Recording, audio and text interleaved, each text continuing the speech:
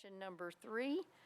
We appreciate folks coming out or tuning in to learn more about how the Metro budget works.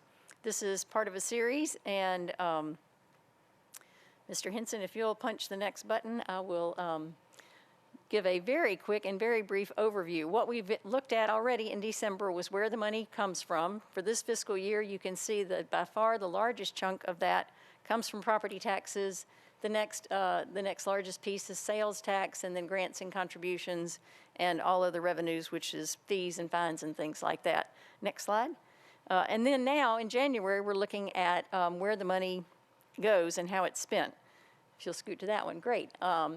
And that brings us to today's presentation. The largest piece of our budget in blue is education. And so today we have representatives from NNPS to explain to us where that funding, how that's allocated. And in coming weeks, we'll look at, again, in order of the largest pieces. Next week, we'll look at public safety and justice, and then we'll look at kind of the general pieces, infrastructure, recreational, cultural, health and social services, and then we'll look at debt service and general government.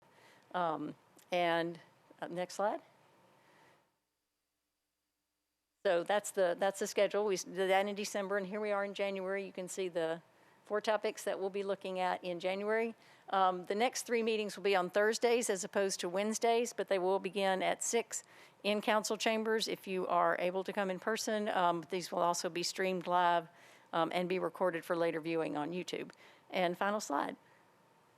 And we will follow then in February with panel discussions, just to look for the different perspectives on what our budget is, including a community panel, an expert panel, and then just in general how the actual process of passing a budget works. And then finally we'll have Vice Chair Suara, who's been very involved in the participatory budgeting process this year, and explain how that works, and we'll talk about how we intend to continue that in the subsequent operating budget that we're working on now. And with that, we'll come back to my slide, which has questions.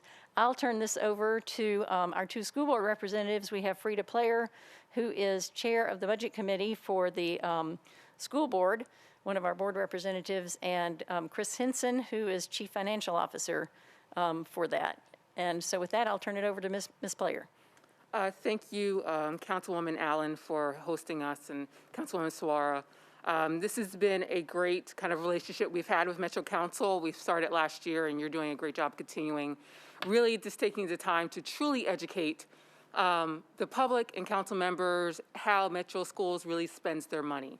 And we really like to do that just because it's a complex issue. We're obviously, we're 38% of the budget.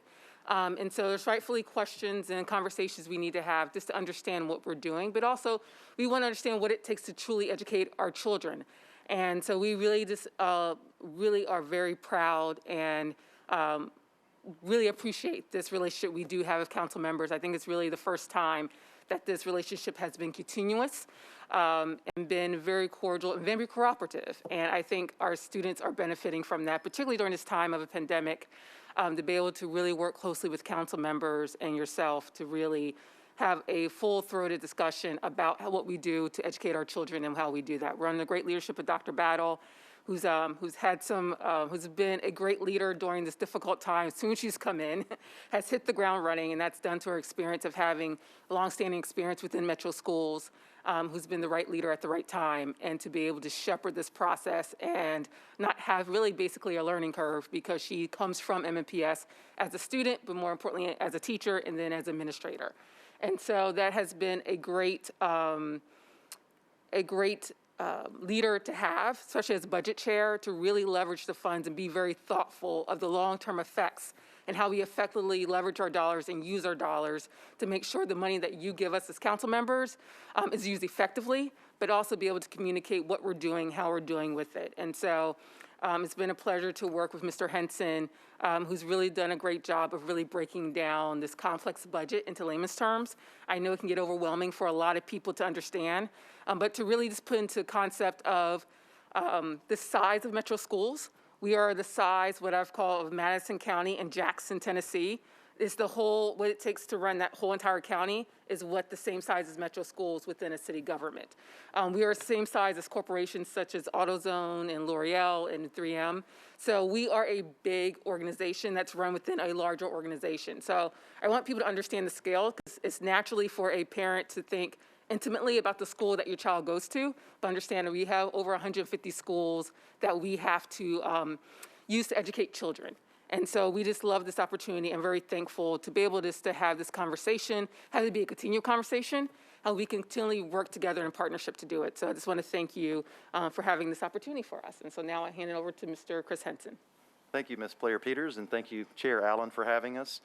Just to reiterate a few things that Ms. Player-Peters already has mentioned, we do have approximately 11,000 employees in Metro Nashville Public Schools.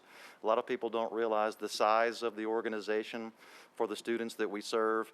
As mentioned, we have approximately 200 buildings, over 14 million square feet of space, and so we're a very large organization, and so we have to budget as such. We have not begun our budget process formally for the next year yet. That will begin very soon. We have informally begun our budget discussions internally, but as far as presenting any kind of budget to the Board of Education, that hasn't occurred yet and typically doesn't occur until a little later in the spring. I do have a slide regarding what that budget timeline looks like.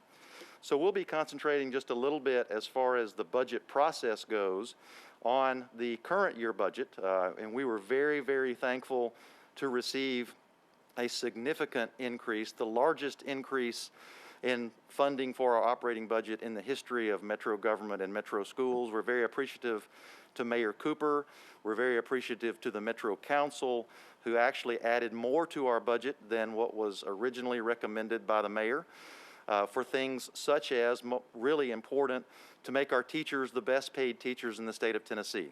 That was something that was monumental. Something that we've really truly believe that's going to pay off great dividends in the future as we're able to hopefully recruit and retain the best teachers that are out there. We also were able to add advocacy centers to all of our elementary schools. That was something that the Metro Council had a very high interest in, as far as the social, emotional aspect of learning, particularly for our youngest learners and those who have trauma. And so those advocacy centers and advocacy coaches are new this year. And again, every single one of our elementary schools, approximately 70 elementary schools, have advocacy centers and advocacy coaches. We also, thanks again to the Metro Council, were able to add 7 additional school psychologists. And so that has been very helpful.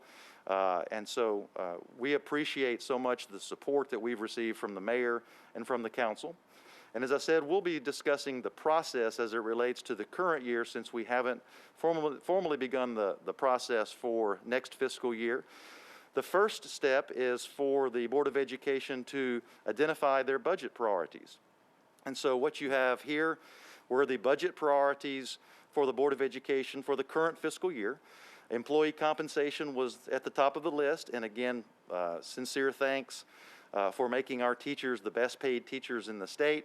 The next step in that process is a pay study for all of our support employees, so that we can make sure that we're adequately and fairly paying all of our support employees. The next budget priority is academic and social emotional learning integration. Again, very thankful for those advocacy centers at all of our elementary schools, for those additional school psychologists. Instructional materials and implementation support were next on the priority list. Fortunately, we were able to utilize some of the district's federal ESSER funding to be able to provide high-quality instructional materials, as well as textbooks for every single student in our district. Infrastructure and technology support, obviously a huge need as we transitioned very quickly to a one-to-one district as it relates to one device, computing device to each student. And so therefore there's a huge need for infrastructure and technology support, something that we've been wanting to do for a number of years, and the pandemic forced us to go that route, and we're again appreciative to the mayor and to the council for appropriating approximately $24 million in student laptops. We also were able to provide new and improved laptops to all of our teachers as well as our paraprofessionals. The next priority, human resources. As I mentioned at the outset, we have approximately 11,000 employees. That requires a lot as far as the back office goes to make sure that these employees are onboarded correctly, that they're paid correctly, that their benefits are correct. And so we want to be sure that we are treating our employees the way they should be treated. And so that requires additional resources in our human resources, additional support from that particular area. The next item is our schools of innovation. These would be schools that need the most improvement.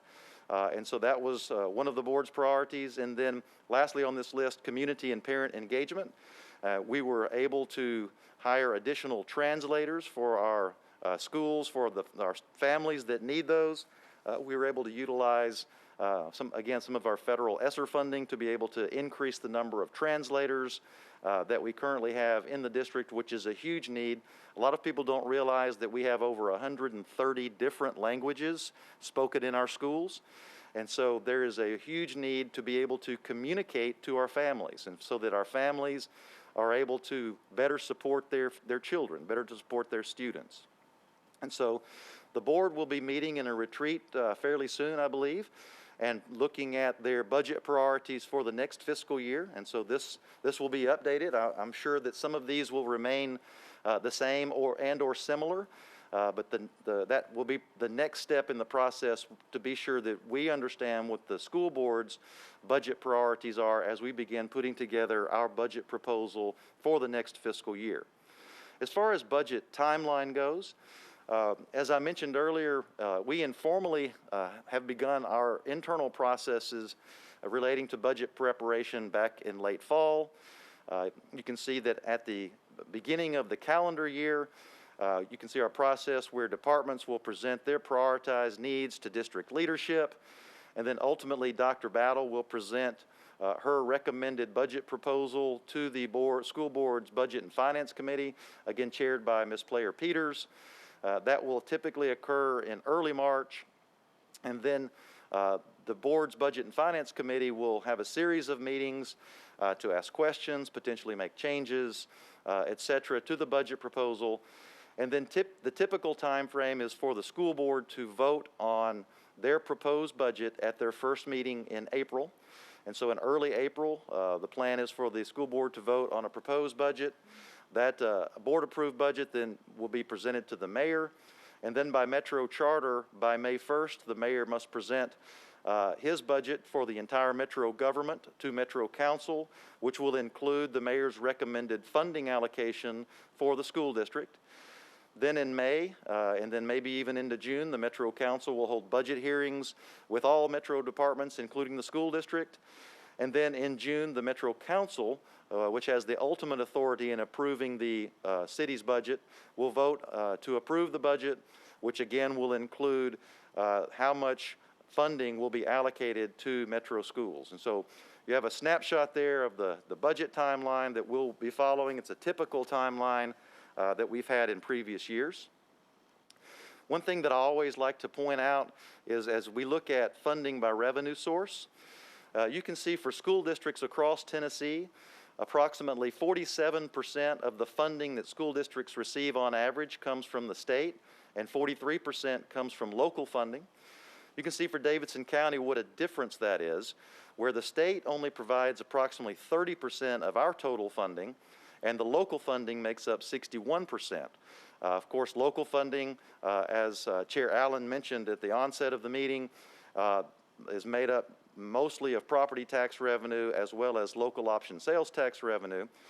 The reason for this big difference is there's something in the state's funding formula that dictates how much the state is going to fund local school districts based upon their ability to fund education from their own local sources. There's a term, it's an equity adjustment term called fiscal capacity.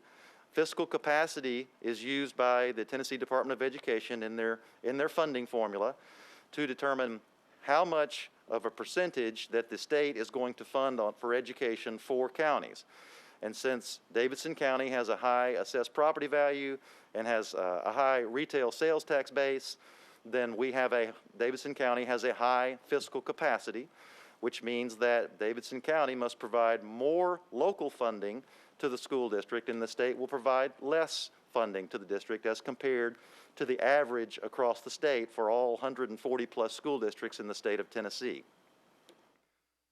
So how does our funding compare? This is from the National Center for Education Statistics, or NCES. This is the most current data that they have. This is looking at some of our peer districts. We don't include New York City or Los Angeles or Chicago. Well, we do have Chicago here. But we don't include all districts.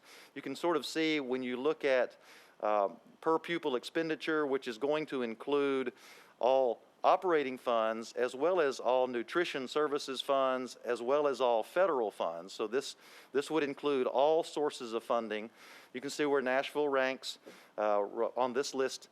We are number 12 on this list of peer districts. We just provide this information just as general information every year as we keep up with the National Center for Education Statistics per pupil expenditure amounts. But we also allocate a high percentage of our funds directly to schools, and this would be where we utilize something called a weighted student funding formula for student-based budgeting, where based upon that weighted student funding formula, the district provides a total funding allocation to each of our schools, and the school leadership, the principal, the teacher leadership team, they determine how those funds will be spent. And so we take great pride in providing that funding directly to our schools. We have some additional slides that will show where the rest of that funding goes, but this is funding that's going directly out to schools, directly out to principals, and this is a study that Georgetown University did for school districts that utilize a student-based budgeting approach, where the school district sends out a total funding allocation to schools, doesn't necessarily tell schools how to spend it except for state law requirements. And you can see where we line up with all of these other school districts that we actually provide or allocate the highest percentage directly to schools of these school districts that utilize a student-based budgeting approach. So how our current $1 billion budget gets to schools, we just surpassed the $1 billion mark for the first time this fiscal year. And you can see that school budgets make up, again, the majority of the funding that we receive. This would include our student-based budgeting schools as well as our special schools that we provide a direct allocation to, such as some of our special education schools and our non-traditional schools. In addition, we provide, according to state law, the total state and local revenue per pupil amount to each of our charter schools. That makes up an additional $174 million of our total budget that goes directly and transferred directly to charter schools based upon their enrollment. And we do change that transfer as their enrollment changes, because we know that enrollment does vacillate during the year. And so at different points within the year, we will reallocate those funds to our charter schools based upon their actual enrollment. We have a small amount there for fixed costs. This is mainly for retiree teacher insurance, where we continue to pay the insurance for our retired teachers, and that's included in our operating budget. And then we have something called district provided services, approximately $270 million. And we've got another slide that will talk a little bit more about that. But we don't require our schools to budget for things like transportation. We don't require schools to budget for maintenance. Some of those district provided services that schools don't want to budget for, wouldn't make sense for schools to budget for, makes sense for the district to provide to take advantage of economies of scale, et cetera. And so district provided services make up that additional $270 million. Well, what is that $270 million?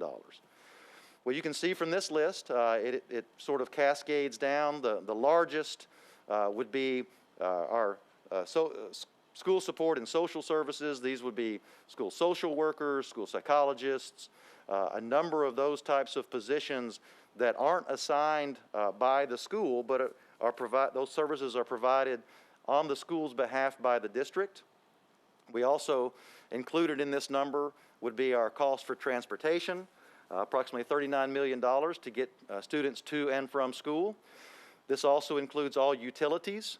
We don't require our schools and our principals to budget for our utilities. We do have an energy saving or energy conservation program in place, but we know that utility costs are going to vary from building to building based upon the age of the building, et cetera. And so we budget for that centrally for our schools. So utilities is a part of this. IT, information technology, custodial services is a part of this. Maintenance on all of our buildings.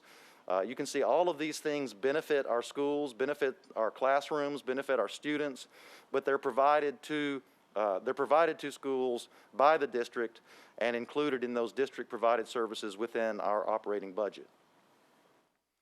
The next slide would show an analysis that AllaView, which is a national nonprofit educational consulting firm, where they put together some calculations of cross-district comparison of central overhead. A lot of people call this central office or district office costs.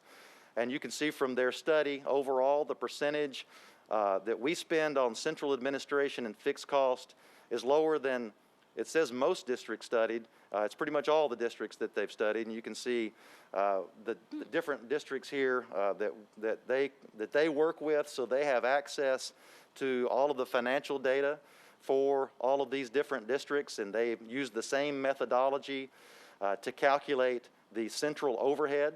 And so we want to minimize central overhead as much as we possibly can, because we want to be able to provide as much funding directly to our schools or directly on behalf of our schools provided by the district. And you can see that number is approximately 4% compared to some of the others that you can see on this list. Talk a little bit about student-based budgeting. We're proud to be the first district in Tennessee to go to a weighted student funding formula and student-based budgeting. We began piloting student-based budgeting in 2013 with 15 schools. We phased that in the next year. We were up to 55 schools, which included all of our middle schools and high schools. And then in 2015, we went district-wide with all of our schools operating under a student-based budgeting approach. And our approach has three overarching goals. The reason that we use student-based budgeting, first, is we wanted to improve equity.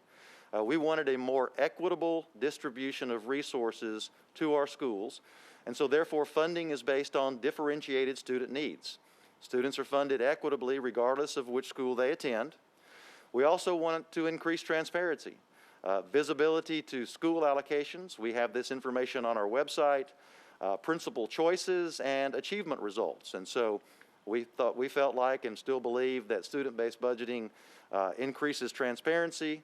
And then finally, to expand flexibility. It's difficult to tell school leaders to be successful when you're telling them exactly how they have to budget their funds. And so every school is required to have what's called a school improvement plan, or SIP, that lists out all of the goals and objectives for each school based upon that student data for that school. And we all know every school's different, every school's unique. And so school leaders have the flexibility and accountability to design their schools to best meet the student need. And so principals have really, really liked our transition to student-based budgeting, because it does allow them that flexibility to tailor their budgets to their own individual schools based upon their own individual needs. And so these are the three overarching goals of student-based budgeting that we've been using now for the past 6 or 7 years. And here is our weighted student funding formula. So every student has a base weight, and this current year it's $5,000 per student, and you can see that that makes up the largest amount of the total allocation through the student-based budgeting. There is a grade weight that's given because elementary schools are required to have lower class sizes than middle schools. Middle schools are required to have lower class sizes than high schools, and so we have that grade weight. We also have a weight for prior academic performance, where if students are coming into a school and they're below proficient, we provide additional funding to that school for those students so that those students can catch up. We have a weight for our English learners at 24%. This weight has increased over time. I've got a slide that will show what that increase has been over time, but as I mentioned, we have over 130 different languages spoken in our school district. We have the highest number of English learner students in the state of Tennessee by far. And so we have this weight in our student funding formula for English learners. We have a 5% weight for poverty. This would be in addition to the Title I funding, the federal Title I funding that schools would receive based upon if they are considered a high poverty school, and the vast majority of our schools are Title I schools where they are considered economically disadvantaged enough where they receive federal Title I funding. This is over and above that 5% weight. We have different weights for our special education students based upon the different levels of disabilities for those students. And then we also have what's called supplemental funding, which is to provide baseline staffing requirements particularly to some of our smaller schools. We want to be sure, even if a school is small, that they have a baseline, that they have some baseline staffing, that they are able to offer at least 3 related arts, that they have the staffing that they need to be able to operate, even though they may be small. And so if we were to just only use the student-based budgeting formula for those schools, they would not necessarily have enough funding to be even able to operate. And so you can see what those weights are with our current student-based budgeting formula. We will be reviewing this weighted student funding formula for next year to see if there are any needed changes to it, increase the base weight or increase any of the other weights. And so that will be something that we will be discussing within the next 4 to 6 weeks to finalize what that may look like for the next year. So how does that work in practice? Well, here's, if you've got a student named Mark, Mark is going to have the base weight that hasn't been updated. It should be $5,000, but each student has $5,000 as a base weight. And then there's an additional weight that's given to certain students to reflect their increased needs. And so Mark is a student in poverty, and so there's a 5% weight added for Mark. Also, Mark is a special education option 2 student, and so you can see there's a 1.32, it's actually 132% weight provided to Mark based upon the level of disability. And then we also, so that shows what, for this particular student, how much this student is going to generate for his or her school in the student-based budgeting process. Maria has the same base weight, but Maria is non-proficient, so she has the 5% weight for that. Maria is English learner student, so she has the 24% weight added. And then ultimately, Maria is going to generate 1.29 or $6,373 for her school.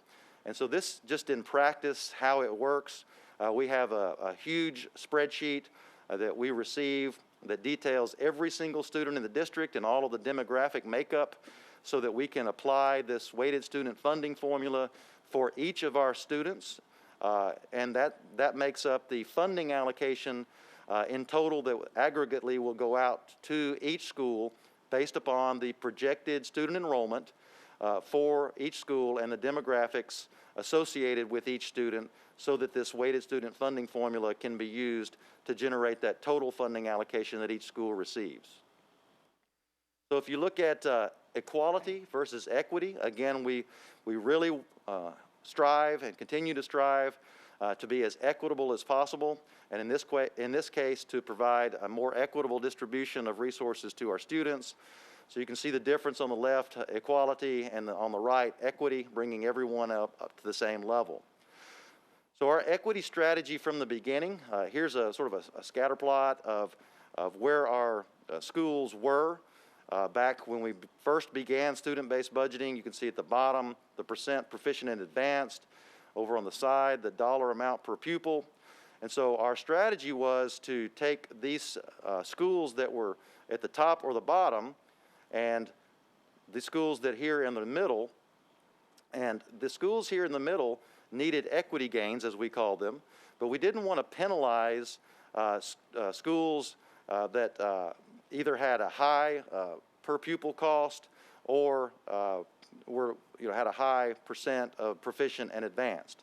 And so what we were able to do from 2014-15, which was the first year where all of our schools, we were using this weighted student funding formula. You can see the line going from left to right. It's almost flat, where it should be more at an angle, as it represents percent of economically disadvantaged students, to where it is currently. You can see how that line has increased as far as moving up from left to right, which is providing a more equitable distribution of resources to our economically disadvantaged schools based upon their student makeup.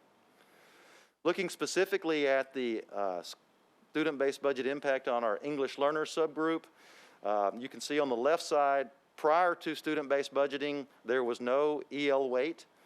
We introduced a 10% EL weight when student-based budgeting was implemented. We increased that to 21%, and now it's currently at 24%, realizing that our English learner students require a lot more in resources, obviously, since English is not their first language.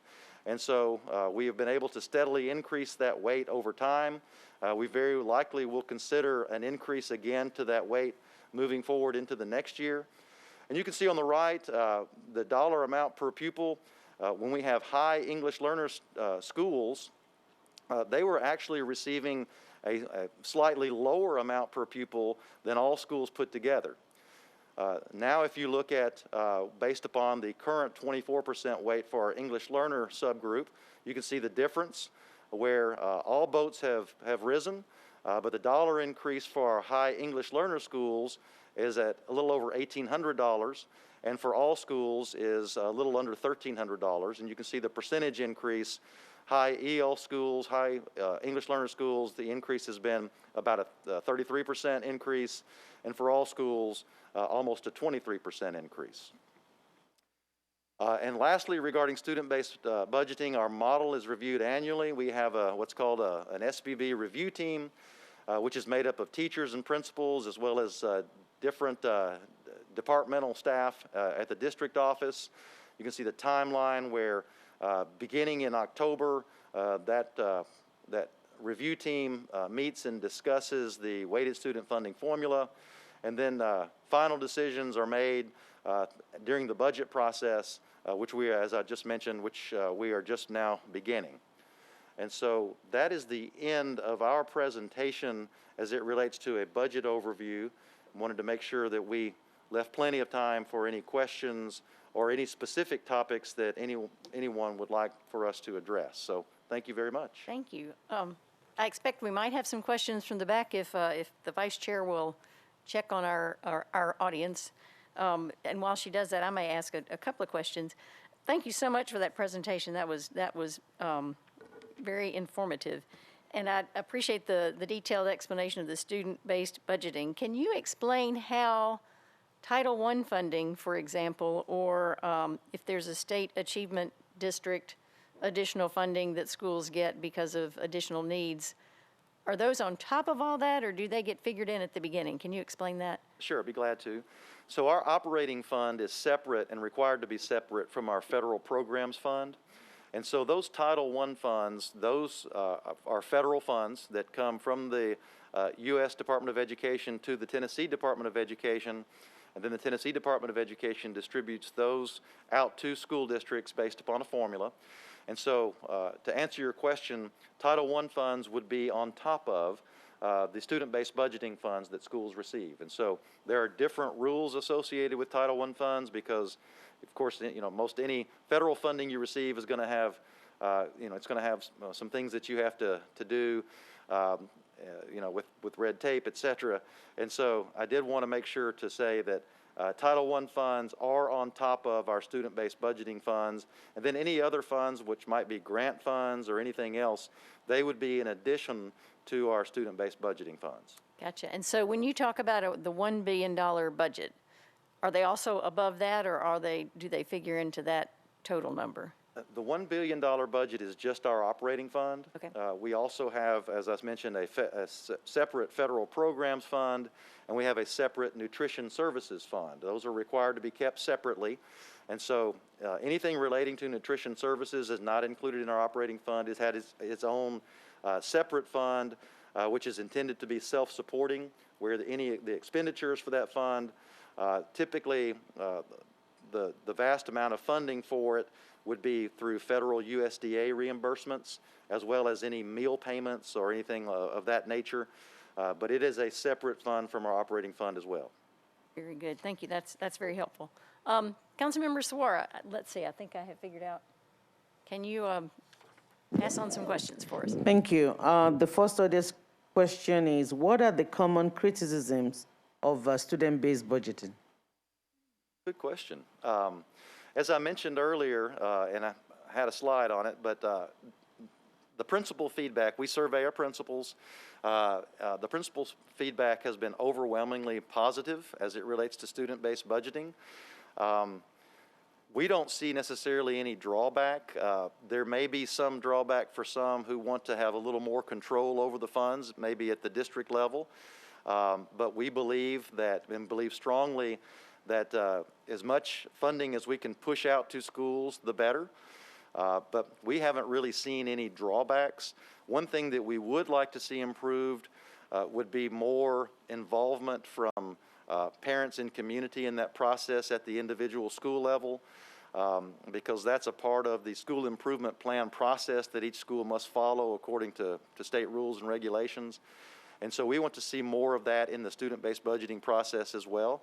But it has been overwhelmingly positively received from our schools and from our principals. Thank you.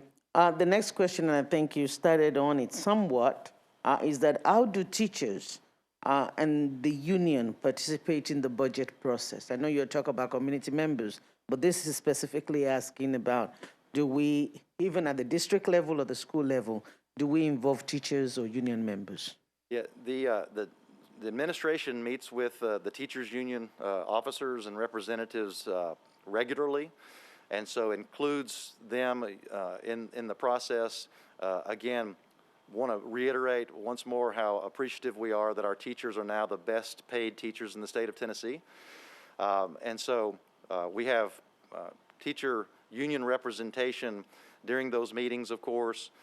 Teachers, as I mentioned, should be involved in the student-based budgeting process at the school level, at the individual school level, so that they have a say in how the allocation that the district is providing the school, how it's going to be spent. Of course, the vast majority of that is going to be spent on teachers, because teachers make up the largest portion of the school budget as well as the district budget.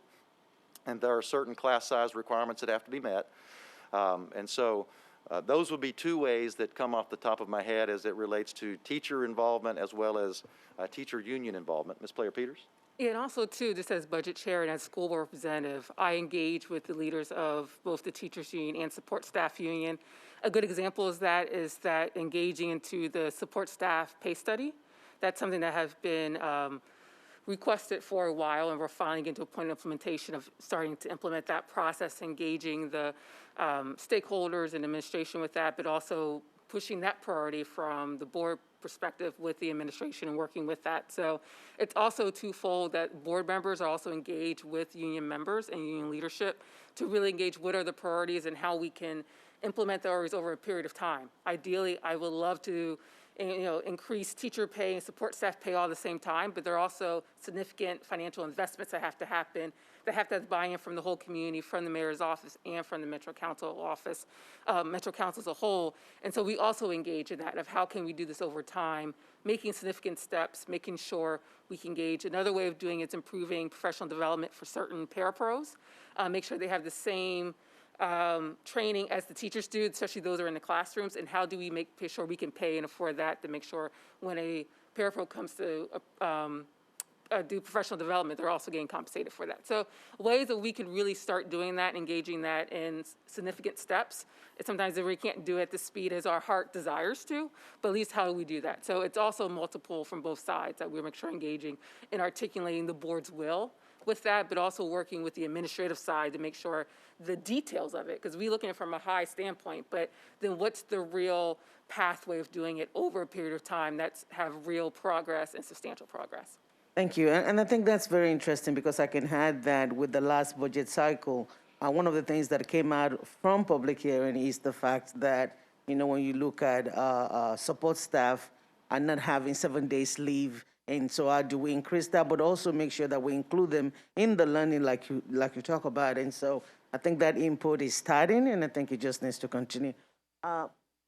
I think those are the questions from the audience. I have a couple, but if the chair has some, I'll let you go, and then I can ask this one. Okay, let's do it in that order. Thank you for that opportunity. I had one email that came in that asked about a Beacon Center study in August of 2020. I think y'all are familiar with that. And if you can go back to that slide where you showed the pie charts about how money was allocated by school. I believe that's it right there. So this study in the report stated that only 53% of educational funding makes it into the classroom, and that is below the national average. So can you take us from what we see here to a better understanding of how they might be making that statement, if it could be correct if you misunderstand some things, or if you can just help us reconcile those two sets of numbers. Sure, I'll do my best. I don't know the study, don't know the methodology that was used necessarily, but I will submit that things such as utilities, the payment of utilities has a direct impact on classrooms, and I'm almost positive that would not be included in that 53%. Also things like maintenance on buildings, which are going to directly affect classrooms, school administration, which is very important. It's very difficult. It's not an easy task to run a school, so you have to have administrative staff at the school. I'm not sure if that percentage includes school counselors. They're not necessarily in the classroom, but very important. School librarians. So they're really depend upon how you define classroom, and it wouldn't include, of course, things like transportation, which is very important to get students to and from school. That would not show up in the classroom cost. As I said earlier, our goal and intent is to push as much of our funding out directly to schools for them to budget and spend as they see fit as possible. And there are also certain district-provided services that just make more sense to budget on a district-wide basis, like transportation, like utilities that I mentioned earlier. And so a lot of it's just going to depend on what that definition is as far as percentage of funds making it to the classroom. If it's not including some of those things that I mentioned, then that probably would be true. But I think everyone would agree that those things I did mention are very, very important to the learning in the classroom. Thank you. So I think what I hear you saying is that purple slice, which might be 55 or 53% there, is not the only thing that makes it to the classroom, that a large portion of that green slice, which is those things are items that are necessary to get a student learning in a classroom as well, even though they and can directly paid impact from the central office. Such as I mentioned, such as utilities and maintenance, for instance, the social services that are provided to our students, custodial, there's a number of IT, there's a number of things there that are going to have a direct impact on classrooms, but it may not be reflective of that percentage that was given in the report. Gotcha. Thank you very much. I think that's an important clarification. I think people see that pie chart and lump things together in a way that's not necessarily representative. So it's helpful to have that delineation made. Can I add one thing? Yeah, yes, you may. And also, you have to be mindful of some things may not come across. Like if you have, for example, a school nurse that may float between schools. You may have some staff that floats between schools within a certain cluster. Like in my district, Glencliff Elementary and Glencliff High School are literally next door to each other. So you may have a staff person that floats between one person to another, but they may not show up specifically in either one of the schools because you have staff floating. And like for a bus, if particularly you have a child with exceptional needs, a bus to take a child that's wheelchair bound, that bus is going to cost more than putting a bus full of 50 kids on it. So also think about there's different particular complexities that may not come up as easy. And then also, I'm not also familiar with this report too, but I mean, if you look at the whole state of Tennessee, are you comparing Trousdale County with us? So a rural county, they have a smaller student population, so the administrative costs may be a little bit higher and may adjust compared to us, we have a higher population. So there could be different aspects of it as we look at the total part, but the crucial thing is our size of central office, we have more employees than Metro General Government. We have 1,000 more employees than Metro General Government. But if you took the equivalent of central office for each of the departments, if you look at department, the director, assistant director, things like that, compared to Metro Schools, we are very compact, very tight, lean system. So I also want people to also realize, even though we're 38% of the budget, we also have 1,000 more employees than Metro General Government.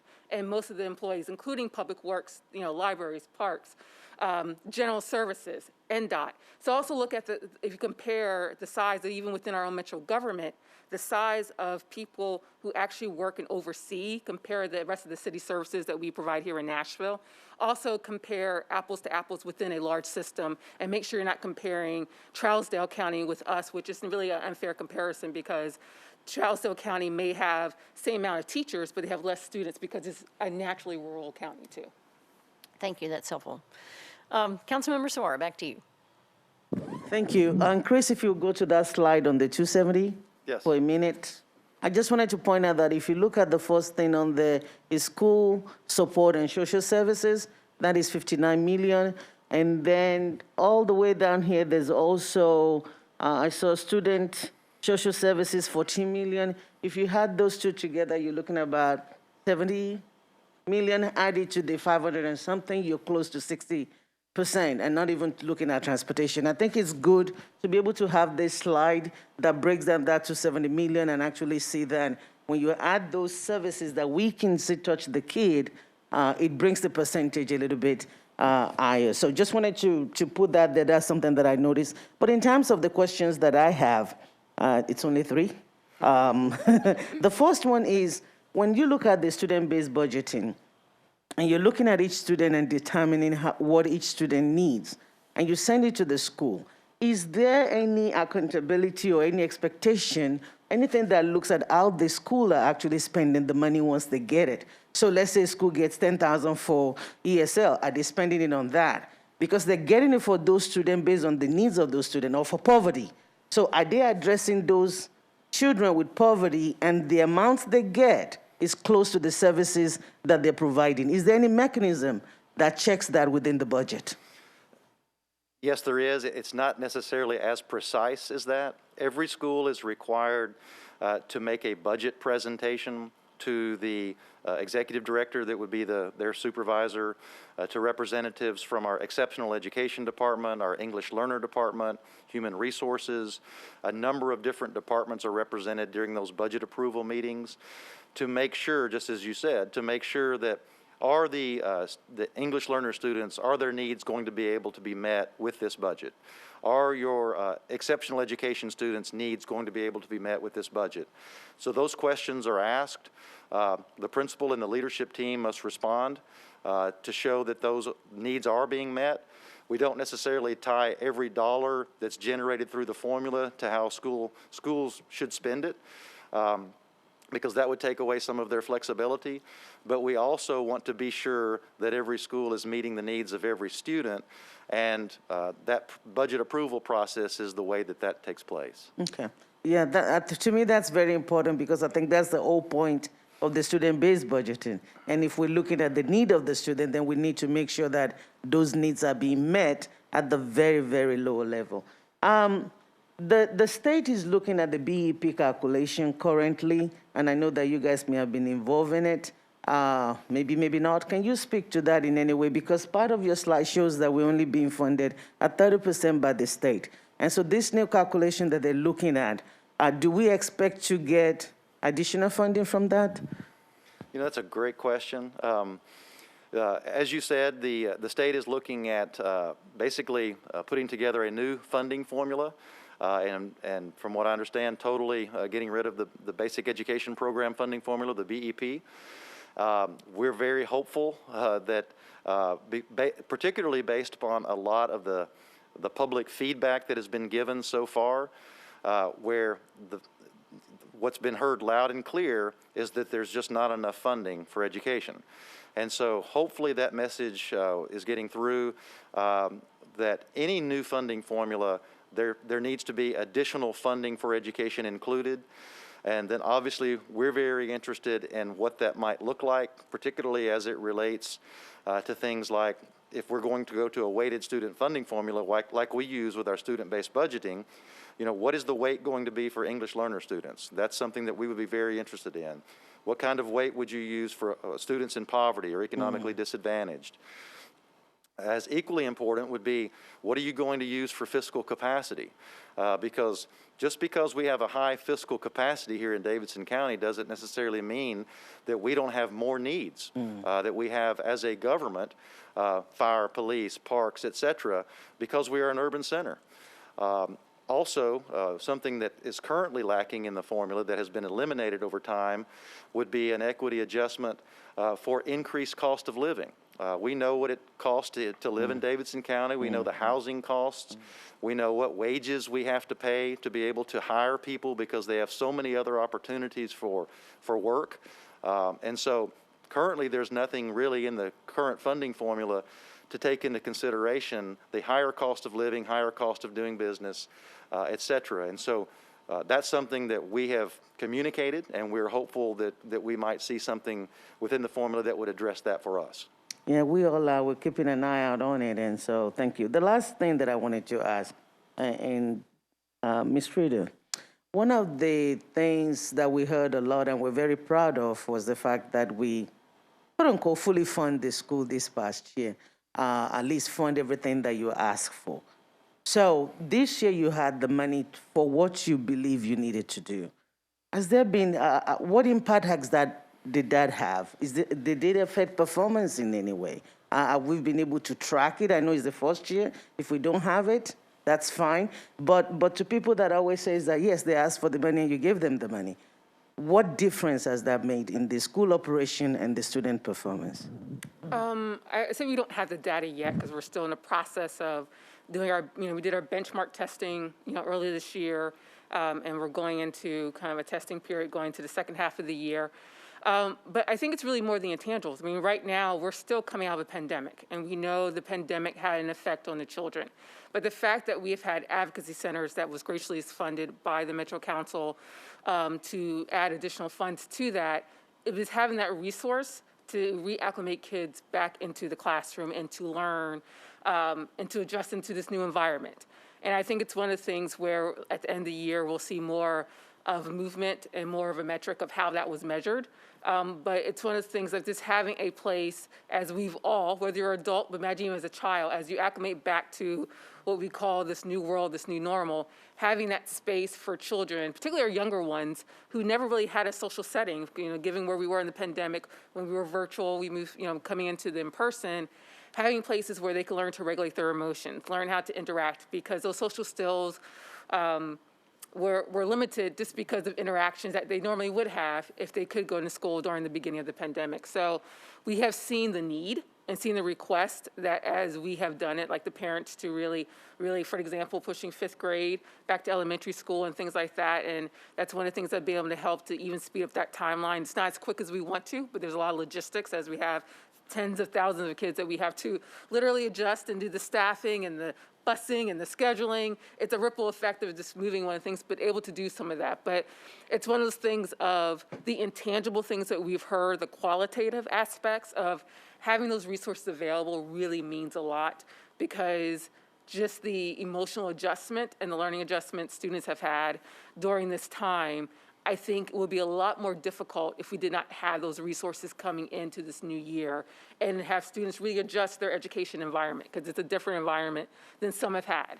And that's the unfortunate part. And I think the timing of the Advocacy Center could not be better, because now we're going into this new education environment with a resource that's tangible and it's in the building that our students can regulate. So I think even the fruits of that investment is really going to be done, I think, really next year, as we see students really learn and mature naturally into that. But hopefully we'll have some immediate metrics at the end of the year when we'll do more testing and more evaluations.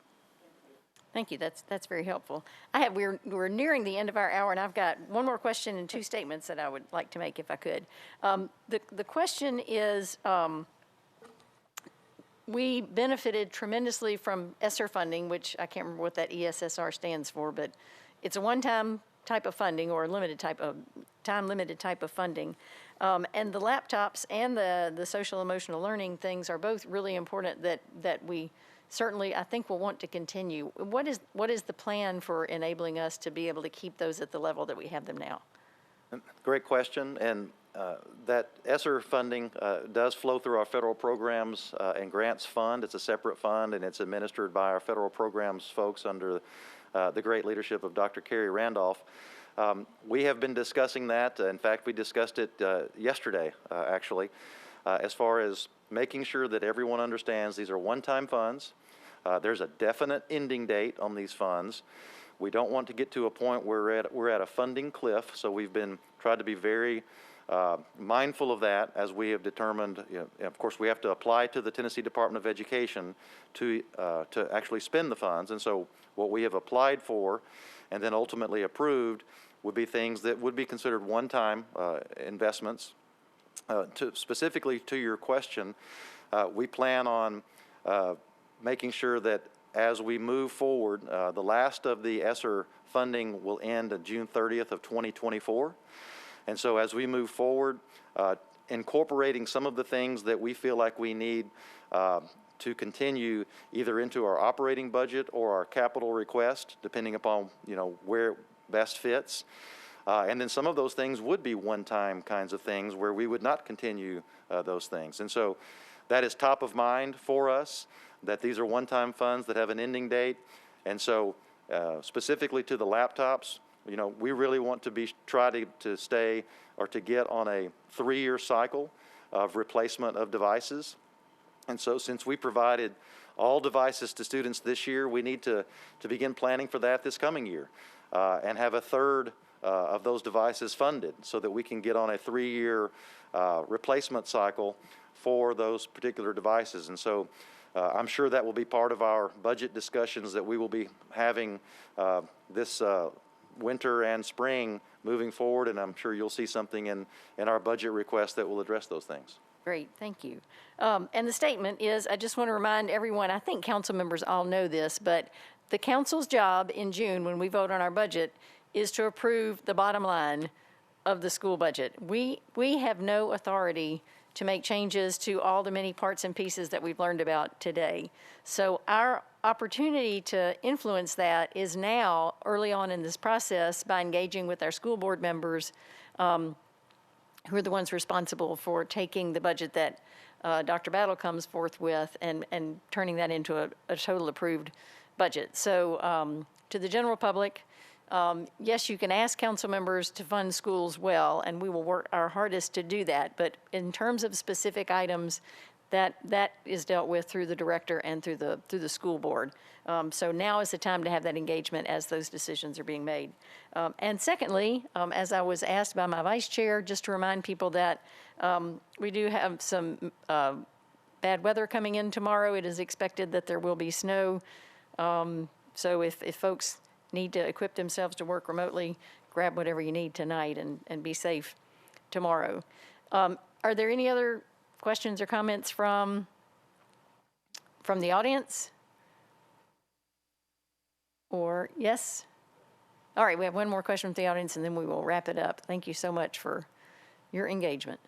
And while Councilwoman Suarez is getting the question, I also just like to let the audience know that the council and the school board shares a lot of the priorities, and I know from a legal aspect, the council cannot tell us how to spend it, but please know that school board members, I know myself, engage personally with a lot of the council members that have an ongoing discussion to make sure that, A, we're on the same page, and can we achieve those priorities together. We as a government and as elected officials work better together, and I know Councilwoman Suara and I, we had many conversations last year of doing it because usually our vision is the same, and how we implement it is make sure it's, but I just like the public to know that we have a very productive relationship with the school board and the council about having those discussions and making sure that we do take council's members' input in together and make sure that it's a cooperative effort and that we're just not saying thank you and running away. Good to know, good to know. But we do appreciate the conversation. So one last question, and then I'll allow y'all to wrap up, and then I will do reminders about next week's meeting. Councilmember Suara. Yes, the question is, what do class sizes look like, current and historical? Okay, good question. And a lot of that is driven by state law, and I'll just mention what the state law requirements are. For grades kindergarten through third grade, each school must average one teacher per 20 students. In grades 4 through 6, it would be 1 to 25. Now, so as part of what we call our non-negotiables with our principals, one of the non-negotiables, of course, would be you have to meet state law requirements for class size. Now, if you want to spend additional funding of your funding to lower class size and to hire more teachers, that is your prerogative. If you've got the funding to do it and that's one of your priorities, then that's going to be fine. So we do have some schools that have a lower class size than that. We have some schools that may be close to what the state requirement would be. And so it's going to vary from school to school. I don't know what the total class size would be for the entire district, but there are class size requirements that are set in state law, and then schools have the opportunity and the ability to lower those class sizes if they so choose based upon their funding allocation. And is that, has that been the historical numbers as well? Has it always been 1 to 20, 1 to 25? Yeah, that's been in state law since after the BEP was enacted, so it's probably been in state law, since the mid to late 90s.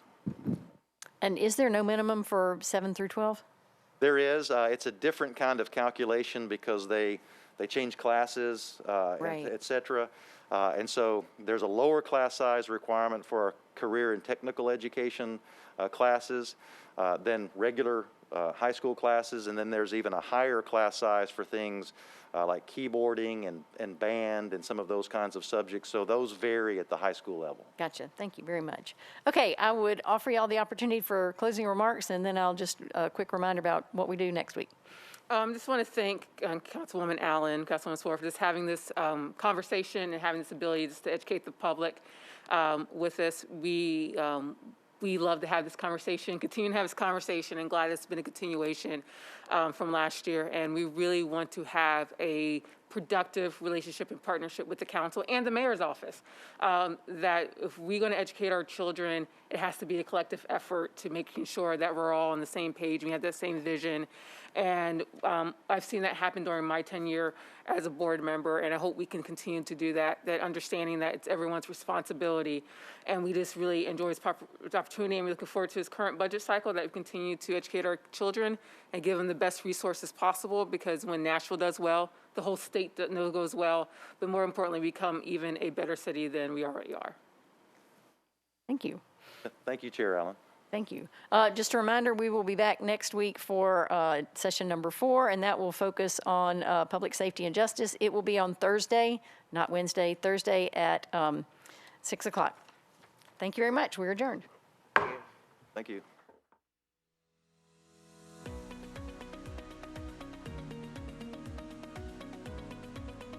This has been a service of the Metro Nashville Network. If you would like to see this presentation again, or for more information on this and other programs, visit nashville.gov.